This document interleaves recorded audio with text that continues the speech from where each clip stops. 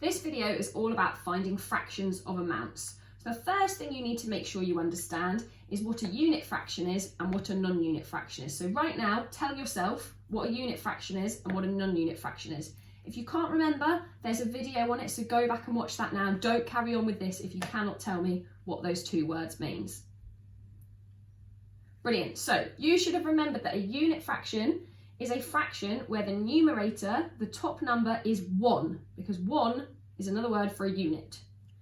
You should have then been able to tell yourself or someone in the room that a non-unit fraction is where the numerator, the top number, is greater than 1. It could be 2, 3, 4, any number but 1. Okay, so to find fractions of amounts, we're going to start with unit fractions. This is the easiest fraction of a number to find. So first of all, we need to look at our denominator. In this question, our denominator is 3. We want to find 1/3 of 12. The denominator tells us how many groups.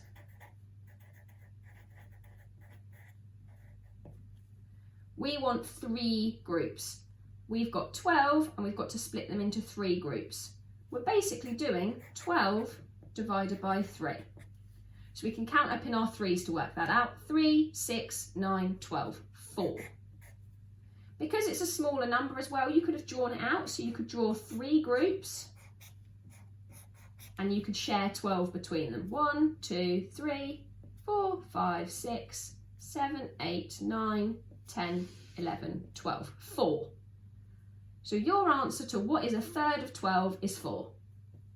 This number, I'm finding 1/3 of 72. That's a little bit bigger.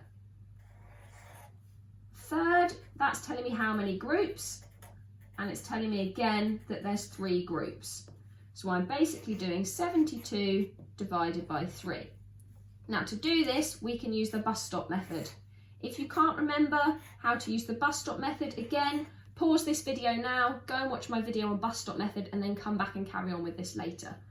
So the first thing I'm going to do is set how many groups of 3 can I make with 7 tens? The answer is 3, 6, 2, with 1 left over, so I'm going to regroup that 1. Now I'm going to say how many 3's can I make with 12? 3, 6, 9, 12, that's 4. So 24 is the answer to 1/3 of 72. If I split 72 into 3 groups, each group would have 24 in.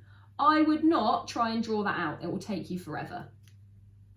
So now we're going to look at what we do when we have got a non-unit fraction. So this time we are doing 2/6 of 24. So step 1 is the same as over here. Step 1 is find 1/6 of 24. So again, you can count up in your 6's until you get to 24. 6, 12, 18, 24. The answer is 4. That answer tells me 1/6. I didn't want 1/6, I wanted 2/6. So now what I'm going to do is I'm going to do 4 times by 2. This way it's going to give me 2 groups rather than just 1 group. And 4 times 2 is 8. So 2/6 of 24 is 8. 1/6 is 4, but I wanted to know 2 groups. Okay, same down here. 4/5 of 125. The first thing I want to do is work out 1/5 of 125, and I'm going to use bus stop method to help me do that. So I'm going to put 125 inside my bus stop and 5 outside. How many groups of 5 can I make with 1? I can't make any, so I'm going to regroup. How many groups of 5 can I make with 12? 5, 10, I can make 2 groups with 2 left over. Now how many groups of 5 can I make with 25? 5, 10, 15, 20, 25. 5 groups. This tells me 1/5. I didn't want to know 1/5 though. I wanted to know 4/5. This is only 1 group. I want 4 groups. So to get that, I'm going to do 25 times 4. And 25 times 4, you can use column method if you need to. 25 times 4 like that. Again, if you're not sure how to do that, there's a video on it, but I know in my head that 25 times 4 is 100.